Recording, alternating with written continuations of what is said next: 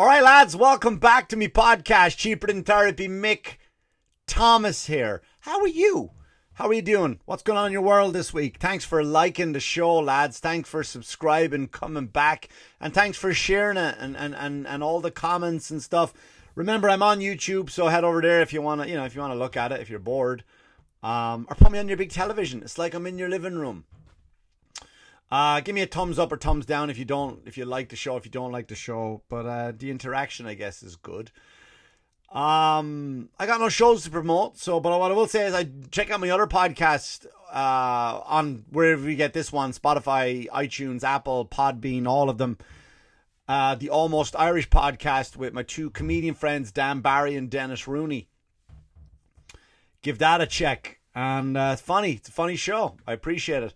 And also, 100 Mile Run coming up on June 12th, where your hero here is going to run 100 miles in a row.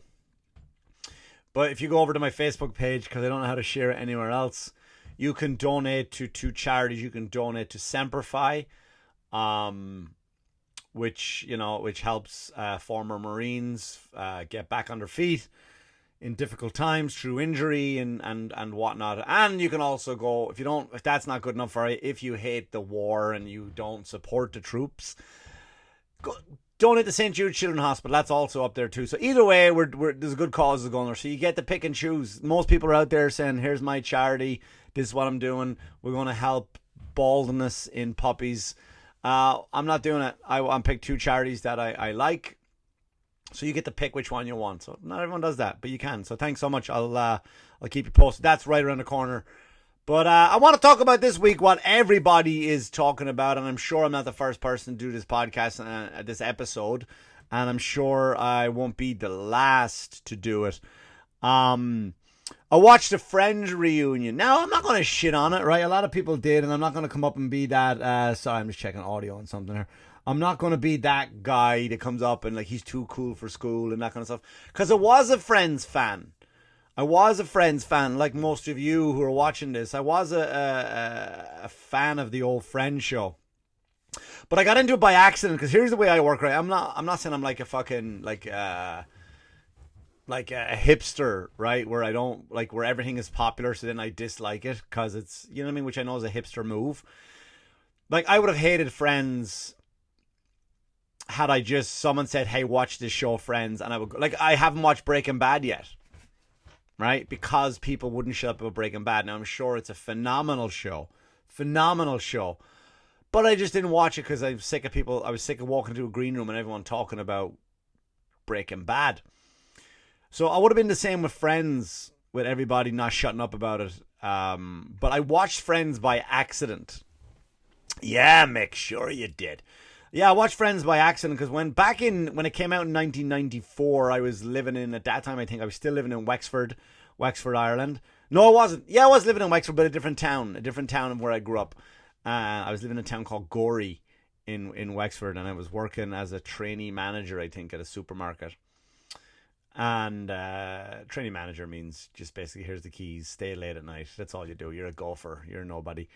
And but we have a thing in Ireland called, all right, Ireland people, listen to this, you know what I'm talking about. We had Extravision, and Extravision is like America's Blockbuster, where you would go rent a movie, the same fucking shit, right? You go in, the new releases come out, they have 10 of the best copy of the newest release, and then, everyone grabs for it and whatever. So in 1994, there was no real internet, there was no way to watch porn. So I remember thinking, like, and you couldn't, in Extravision, you couldn't rent adult movies, pornos.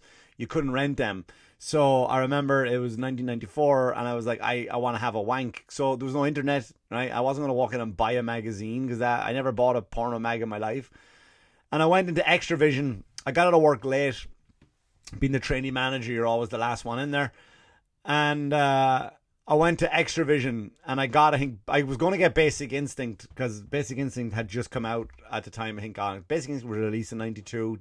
I don't know, but it was just out on video.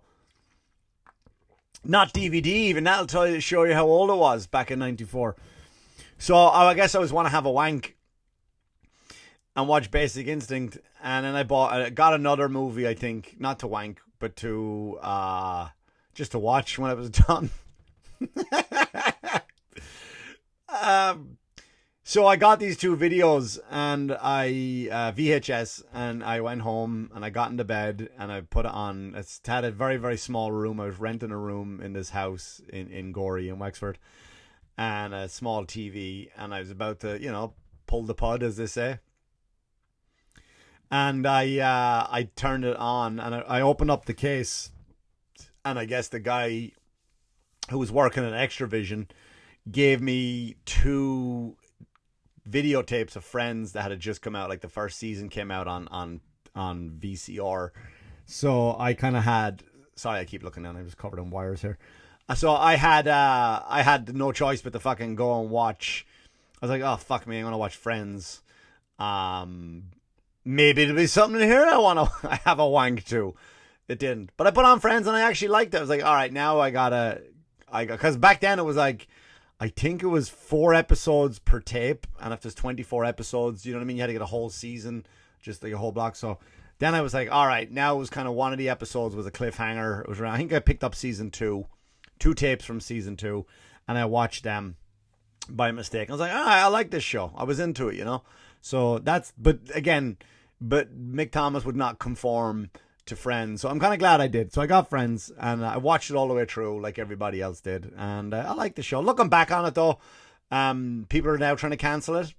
Fucking typical, because it's just people with no fucking lives are just trying to cancel shit from back in the past because there was homophobic jokes on it. Like, are you not allowed to joke about anything? Is that what you're saying? Like, ever in the past, present, or fucking future? Is that your goal, to just not have any fucking jokes at all? You miserable cunts. The show was written, I thought the show was very, very progressive, to be honest with you. Not at the time. I didn't give a shit. I just laughed at jokes because I didn't look at any, oh, there wasn't enough black people. All right. There was, though. There was a lot of black people in that show. They just weren't the main cast of it. Right? And see what happens when you don't have to fucking force something, which you do now in the television and movie industry. You have to force. Like, we see what you're doing. Right? It doesn't make a difference to the movie, but we see what you're doing when you're trying to put that person in or that person in, no matter what race, gender, or sexuality they are. Right? I know what you're doing, Hollywood. Just fucking make the shows funny and entertaining, and then whoever fits the role fits the role. Let's stop trying to fucking, put a square peg in a round hole, as they say. So people were pissed off about it. And dude, the fucking creator of it was gay. He's a married gay man. There was characters in it who were married and gay, and they never made fun of those in a derogatory term. Like, any jokes towards them were done very tastefully. But whatever, people will just never be happy, and I think those people need to go away. And I think we just need to ignore them and move on. But anyway, this is not what this is about. It's about the Friends reunion that you have been here. You wanted to listen to. So, how they looked, they came out, they all looked kind of like, all the hacky jokes right there. Did you see the new Botox reunion and everyone is saying that shite? But they actually looked, they looked okay. Jennifer Aniston, I still would, Jennifer Aniston. So if you're watching this episode, give me a call. You never know. Joey looked like every Irish dad, like big fat Irish dad, right? Grey hair, just sitting there with his arms folded. To me, that reminded me of every Irish dad at someone's house. Or even like they would go to, my brother Wayne is kind of built like him now. And you would go, you would go to a pub and he'd just be sitting up in a chair with his arms folded. You know what I mean? Like, arms folded are for when you're sitting back, when your chair has a back. Like, my brother would sit on a stool and just have his arms folded, like just like a fat Irish guy. And that's what Joy reminded me of. But they all look good. They looked okay. Like I said, I still would give Jennifer one. She'd be grateful. The weird thing what I liked about the reunion too is, like, this goes to show, like, listen, I'm not name dropping, I'm not going to name drop, but I know a ton of actors who are on famous TV shows and been in famous movies. And when you look back, when you watch them try to remember episodes, like, it means so much more to you than it did to them. Do you know what I mean? Like, you're sitting there, like, you would know every line of the show, and they're like, do you remember the one where we, like, I don't know, was I in that one? Like they don't care enough about it. Not did any actor or any show you're obsessed with, that's your favorite show, and if I meet this guy or girl, I'm going to tell him this, and this is my episode. They don't give a fuck. They don't remember the show. They move on, and rightly so, right? It's just a fucking job to them, and it was just funny. It was funny to watch them. I don't remember that. Like, and you could just fucking feel people at home. Like, you could feel them just going like, but that show was everything to me. Why isn't it not everything to you? Because it's a fucking $1 million a week paycheck. That's what we're getting, I think, right? $1 million a week. I don't know. I'm not their accountant. That's what the tabloid said, so it must be true. You know, like I said, the show was, you know, the show itself is very, very progressive. I don't know why I went back to that. Yeah, I should be just moving on. But yeah, it was fun to see them again. You know, when they get to walk around the old set and that kind of stuff was kind of cool. And the one thing though, some of the things it was an hour and a half long, which I think it was either too long. It was definitely too long, or you should have changed it up a bit. What I mean by that is you put so much filler in there in relation to fans crying. Oh my God. They would meet the fans, or not, they would just interview fans from around the world and what Friends meant to them. Do you know what I mean? And it was all horrific stories, by the way. It wasn't just like, you know, like I like Friends. It would go to India and it would be like, you know, and one day I want to kill myself. Can I do an Indian accent? Can I? Is that it? Like, are you allowed to do an Indian accent? No, I'm not doing it. I won't do a Chinese one. I just want to know, can I do... What? No, I want to do an... I'm not yet though, right? So I can do an Indian accent now, but pretty soon that'll be cancelled for doing this one. But anyway, but like they would just tell these horrible stories, like, and then when my father, he was very sick and then he was going to die, and then I was in my room and I wanted to kill myself. I wanted to, you know, tie a rope around my neck and jump from my galvanized house, and the rope would probably break because I couldn't afford a new rope. And I would tie shoelaces together and I would jump out the window. But then I found Friends, and then with the Friends DVD, I would be able to feel better about myself and then not kill myself so therefore Friends basically saved my life.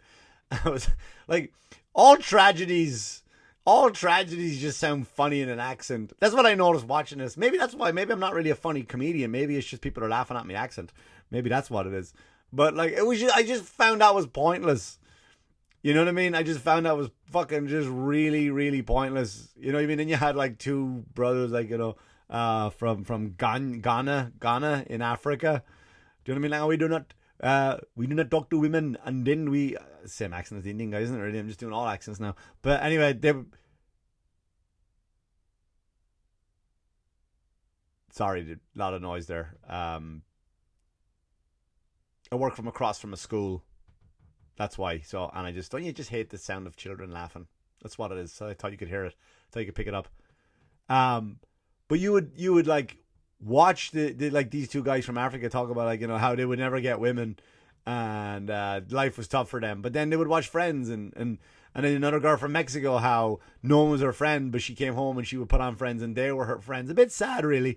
Another girl, she was a single mother from fucking France or something, and she was like, yeah, because Monica proposed to Chandler and I can't get a boyfriend, now I'm just gonna propose. Like, it was just the funniest thing to fucking watch these people, and they're, you know, I was going to kill myself, but then Friends stopped me from killing myself. And I just thought, hey man, go for it. Like, I mean, the show was good, but I don't think it was save people's lives good. Do you know what I mean? But yeah, so I thought they could have done without that, and I definitely thought they could have done without the celebrity appearances. Like, unless you were on the show, we could have done without any of the celebrities popping up. You know, Tom Selleck showed up because he was a big part on the show. The woman who played Janice, I don't know her name. You know, but then like when stuff like Lady Gaga would turn up and like to sing Smelly Cat, like, fucking why? But why is she like? And she can't play guitar for shit. I'll be honest with you, she can't. And maybe she looked like she could in The Star Is Born, but if you watch her for someone who plays guitar, and I don't play guitar well, but I played enough to know that she is not good at it, and she had to keep looking down at the chords, whereas Lisa Kudrow, aka Phoebe, was fucking strumming away like a rock star. Right? Not even looking down. She knew where the chords were, she felt where, but not fucking Lady Gaga. Lady Gaga was there. Right? Probably fucking still upset about her dogs again. She's probably out there like, oh, my dog's dead, but I'm going to sing Smelly Cat for you people. Like, we could have done without that. We could have done without Justin Bieber walking down the fashion show, wearing all the outfits. We didn't need Justin Bieber. I would have loved to have seen Alec Baldwin on there, just giving a rant, some political rant would have been great. Alec Baldwin was great on. I would have loved to see Brad Pitt on there, right? Brad Pitt just turning up, telling him how him and Jennifer Aniston used to do it. Like, yeah, that's why I dumped her. Wouldn't that be great? He was like, yeah, we used to do it in her dressing room. That would have been great. Or her and Brad Pitt just get into a fucking fight over Angelina Jolie. That would have been a proper reunion. I would have paid to see that. That's what I would have paid to see. That would have made it better. But we don't need to see, who was the other one? Mindy Kaling? Mindy Kaling, is that her name? The girl from The Office. She played Kelly in The Office. Holy fuck. Between her and David Beckham, I'd never seen... Like, she thinks, because she's a producer of television shows, she's in television, she thinks that us, the people out there, are dumb as fuck. She would, like, explain plots to you that were so fucking... She goes, and Monica and Chandler, they had a secret, but we didn't... We knew, but the rest of the friends didn't know. Like, that's just... Yeah, that's why it's called a fucking secret. You fucking idiot. You know what I mean? And then David Beckham, oh my God. Listen, girls, I understand. Listen, men are guilty of it too, right? Men, we do. Sometimes we'll like a dumb hot girl. We like a dumb hot girl. But I don't think I've ever been attracted to a girl as dumb as, a female equivalent. Like, who's the female equivalent of David Beckham? Because my God, is he fucking terrible. He is beyond stupid. He's beyond stupid. So I don't know who the female version of him, because I'm sure maybe us men would go like, yeah, I would love to, bang that one. But then you hear him speak and you go, no. So girls, I know you love Beckham, but does he not put you off when he opens his fucking mouth? Like, here's what he was saying. Like, Friends is my favorite television show. And one time I watched an episode, I was smiling so much I nearly crying. Well, first of all, I know what you're saying, Beckham. Like, we've all done that. We've all laughed ourselves to tears. But you don't smile and then go to tears. Laughter's in the middle, you dumb cunt, right? It's like you smile, laugh, cry. In that order. Like, the smile turns into a laugh, and the laugh is so overwhelming that tears come out of your face, so you cry laughing. You don't smile and then cry. That would be weird. That would be weird every time then we took a photograph. Our eyes would be like, hey, I want to get over here for a picture. And you get in the picture and all of a sudden you would smile so much and then you just start crying. Beckham, you dumb motherfucker, you. That's all I'm saying. And then and what happened in the episode was Chandler wanted to sit down, but then Joey wouldn't let. Like, what? You're just telling us what we already fucking know, Beckham. What are you doing? Right? We wanted to see more shit. We didn't want to see celebrities. We wanted to see more stuff about when Joey broke his arm. That was cool. When you actually see him get fucking injured on set. That would have been excellent. Right? You would have paid to watch that. You would pay to watch maybe Matthew Perry have a fucking come in just high on whatever drugs he was on. Like, that's what I would have wanted to see. Because a lot of them spoke like they had a slur. Right? A lot of them spoke like, again, I don't want to say like fucking because they were on Botox, but a lot of them just looked like they were hammered drunk, which is fine, man. Go for it. You're fucking skabillionaire. Fucking drink your day away, man. Who gives a shit? Fill your boots. I don't fucking care. But like, that's the talk. Like, I would have watched that shit. Like, when you find out about like how Ross and Rachel, David Schwimmer and Jennifer Aniston were really, really in love together, but they said they didn't do anything. They fucked. You know they fucked. I don't mean that from a gossip point of view, right? But you know they did. That would have been a good episode just for her to say, yeah, well, we were in the back and Schwimmer couldn't get it up. He couldn't get it up. And, you know what I mean? Or what about if he couldn't get it up and he was like, yeah, I'm just gonna jerk off to get it nice and hard. Do you have a picture of Angelina Jolie for me? Wouldn't that have been a fucking good... Like, I would watch that. That's what they should have been. Nobody cares about Lady Gaga. Nobody cares about Beckham. Nobody cares about the guy in India crying because he wanted to kill himself, but friends stopped him from dying. Right? We could have done with more of those stories.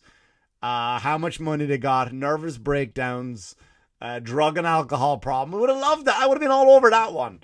I would have been James Corden. We could have done without him. Right? Could have done without him. I know you're a big man, James Corden. Not as in big in Hollywood, but you're big like as a fat cunt.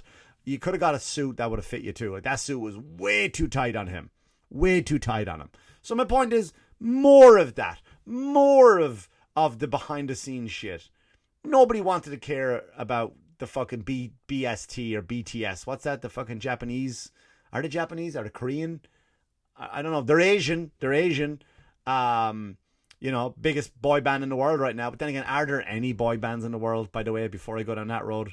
I don't want to sit there like, what an achievement to become the biggest. But no, there's no boy bands anymore. That generation is gone. However, I would have wanted to see more than that. I wanted to see all of them. Like, I wanted to see talk about their fights. Like, some of them definitely have to have a fight. Courtney Cox definitely would have done it. Right? She definitely looks like a bitch. Don't know her from Adam. Maybe she was lovely. I don't know. But you would have wanted to see more of those stories.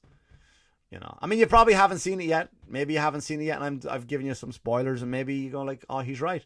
Maybe you're listening to this right now going, Mick Thomas, you're a fucking asshole. I disagree with everything you say. How dare you talk about my friends? Because they're also my friends, and I nearly kill myself.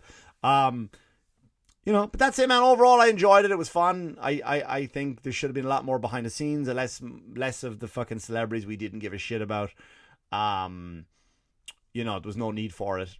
Either make the show shorter or just make it juicier. Nobody gives a fuck. So now they're all going to come out of the woodwork right now. You're going to probably see a Seinfeld reunion. You're probably going to see, what else are you going to see? Like, just whatever fucking sitcoms. Maybe a Raymond, maybe a King of Queens.